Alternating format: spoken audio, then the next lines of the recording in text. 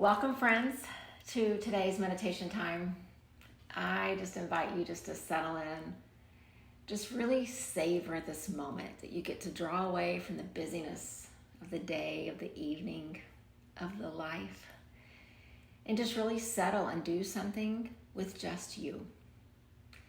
And so as your body begins to settle, and your eyes close or your gaze softens, I would encourage each of us just sit here or lie there, wherever you are, for just a few breaths and just think how fortunate we are that we get to make a choice to show up, to breathe, to be, and to ask the busy world to wait just a little bit on us, to really commit that this is our time.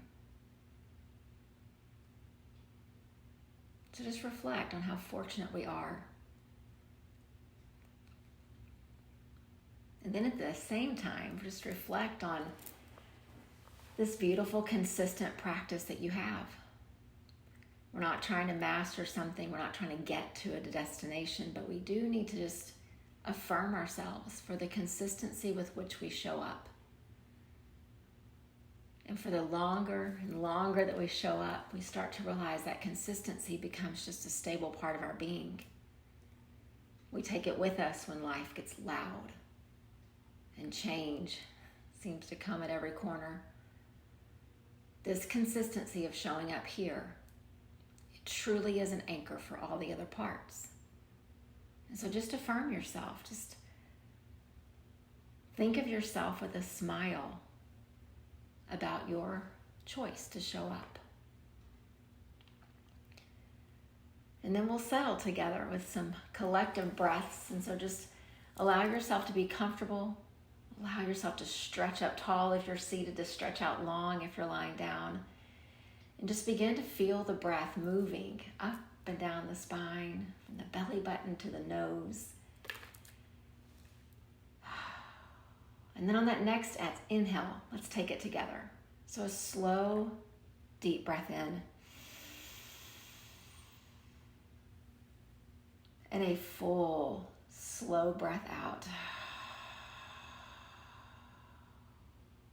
And a slow, deep breath in.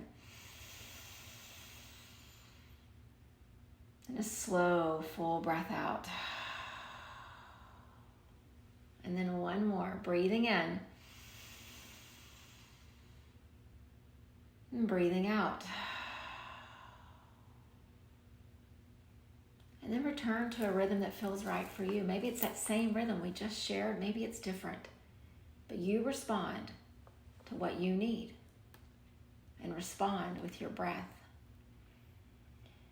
We've been on this path of karma yoga, just really sitting with the different ways of looking at it, the different angles that it teaches us something new. This yoga of right action. This yoga of removing suffering wherever we see it in the paths of others. And then doing our very best not to create new suffering by the way that we act or the things that we say or the tone of our voice and the look on our face. And so as we just keep journeying along this path of karma yoga, I want to take it back to us. Because I know that the deeper we get, the more that we learn, all we really want, we want our answers. We want to know what to do. We want to know what is the right action for us. It's not quite that simple though. Again, with the consistency of this practice, those things become a little clearer and a little more clear. And then our ego mind gets in the way and things get cloudy, and then we show up again, and then it becomes a little more clear and a little more clear after that.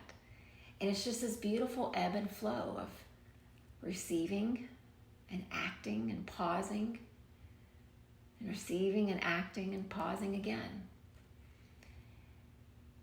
But I read this quote that talks about the life of Gandhi in my meditation time this morning. And as I read it, it wasn't intended to talk about karma yoga, but that's all I could see. And what we know about Gandhi is he was our example of right action. He was our example of living without harm, of living with truth, of removing suffering for millions and millions of people, and holding to his principles so strongly that if wrong action came, even in the name of removing suffering, he would pause. And he would just say, I can't keep doing my right action when your methods are not in alignment. And so I'll wait. I'll wait for the violence to stop. I'll wait for the anger to subside. And when it does, I'll act again. And what we know about his life is sometimes that would go on for weeks. And he would stop eating as a way to show the world that this is important. Right action and right motivation and right intention, it matters deeply. But how do we get those things? How do we understand our right action and in what we call this householder way of living? We're not living in a cave on the side of a mountain. We're just doing the very best we can in this 21st century to show up and be kind, to show up and be patient. But still we want direction. We want to know what is our action. And so listen to this quote about his life. It says, Gandhi's most important work was not in the politics. It was in the art. It was in the art of living mindfully. The art of living mindfully and meaningfully in a world full of violence and conflict and incessant change. What we know about Gandhi is, what he did to influence the political structure of our world for so many people, for so many leaders, for so many people who had no voice. But this quote actually came from an interview with him and his own words about his life. And he was so careful to say it's not about the politics. That's not my right action. My right action is this art of living mindfully and meaningfully, even amidst the conflict and the violence and the incessant change. In the early 1900s, when he was doing this work, those things were prevalent, and I know that we'd say they are prevalent still today. Every news feed that we turn on, every conversation that we hear at the office, every social media headline that comes across our feed, it talks about the violence and the conflict and this constant change everywhere we look. And so now it's our turn. It's our turn to practice the art of living mindfully and meaningfully.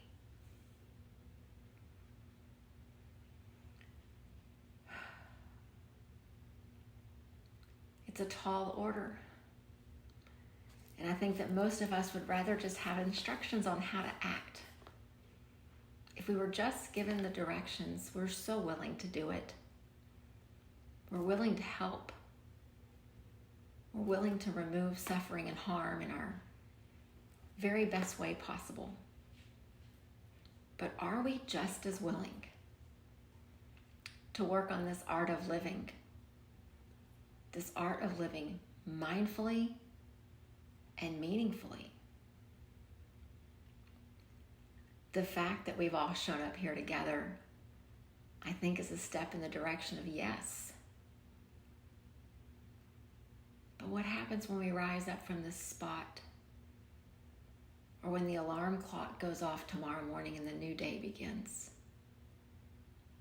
What will it look like for us to live meaningfully and mindfully?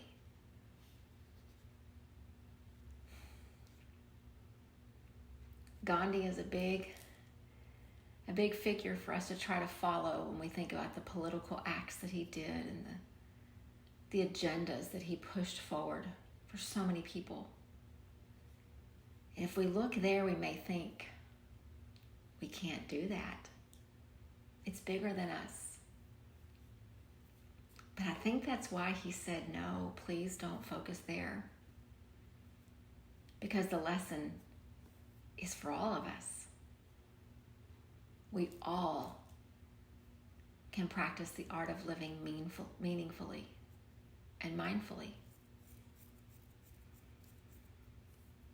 And so let's return to our breath, just to kind of settle back in.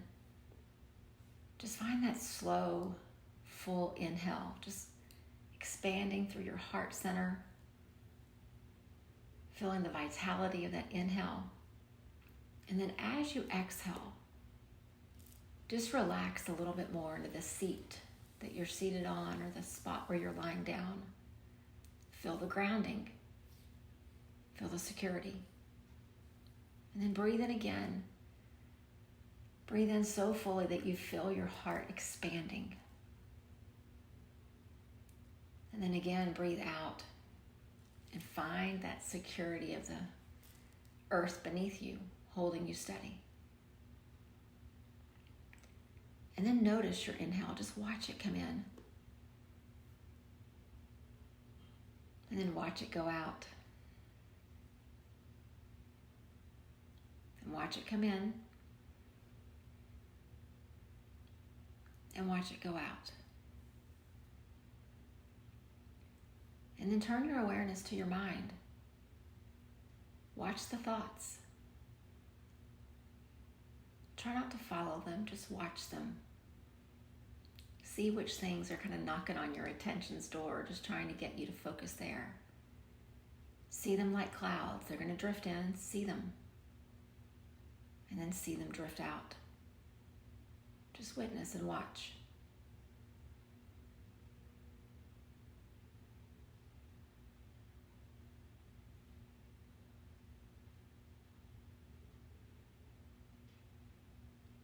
And then whatever room in your home that you've chosen for these few minutes, bring your awareness there.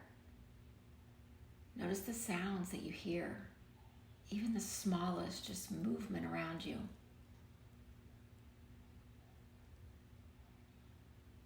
Feel the air. Maybe there's a fan blowing. Maybe you feel the air conditioning. Maybe there's a window open. Just feel the air around you. And then with that next inhale, take in the smells. Just notice them.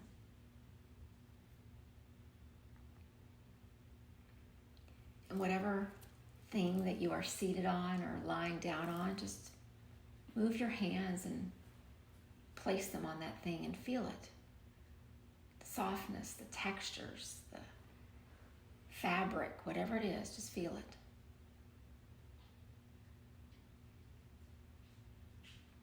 And then bring your awareness back to that breath in. Back to noticing how when you inhale, your heart expands. And when you exhale, your body relaxes.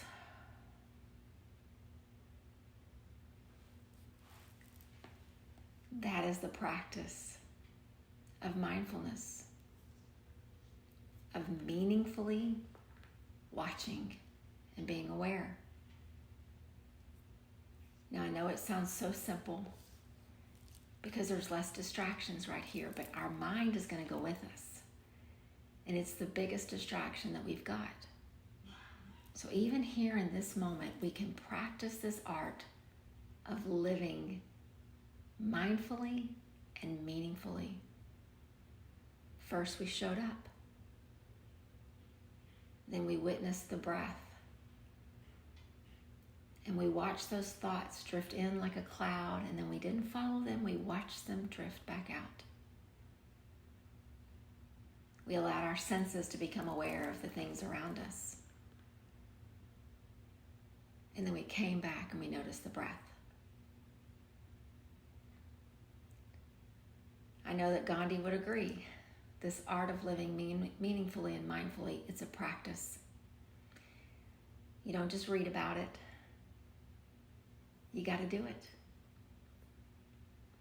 And so what I would encourage us to do is in the next couple of minutes when it's quiet, you just notice.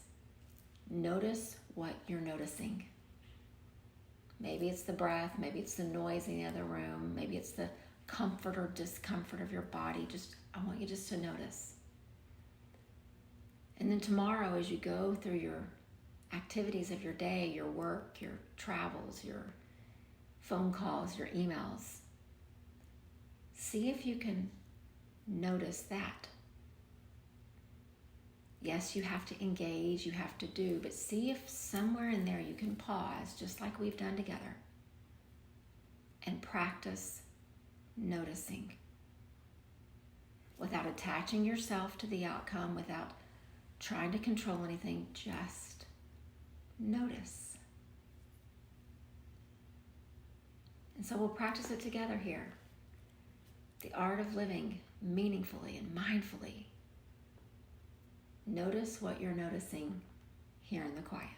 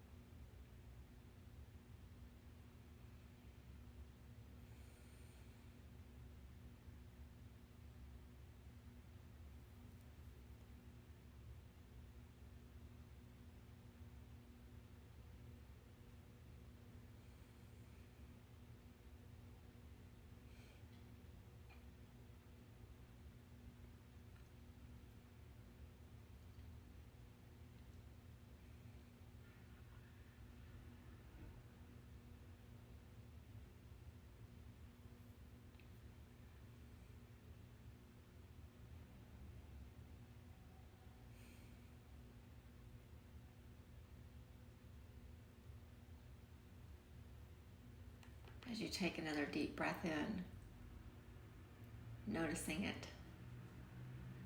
Feel the heart expanding. And as you breathe out, feel the body relaxing. I want to encourage us all that we will feel like as we begin to try to notice, and as we begin to show up mindfully and meaningfully in life, we're going to think that we have failed.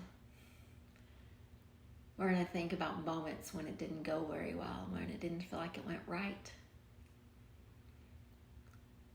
What I will tell you, and I know that the great teachers would tell all of us this is not something we can fail at. Because each breath that comes in is a new moment to try again. Each day that the sun rises is a new day to live with meaning, to live mindfully. And so as you go through your activities in this life that we all live, try not to attach so much to the things that you have to do, but rather notice how you are being. Let's cultivate a little more noticing. And let's work on this idea that Gandhi inspired us to do, this art of living meaningfully and mindfully.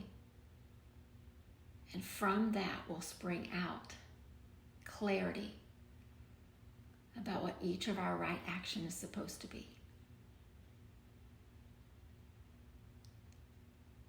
And through it all, hanging on to that awareness of our breath as our anchor, because it's our assurance that a new moment has arrived and we get to try again. Namaste.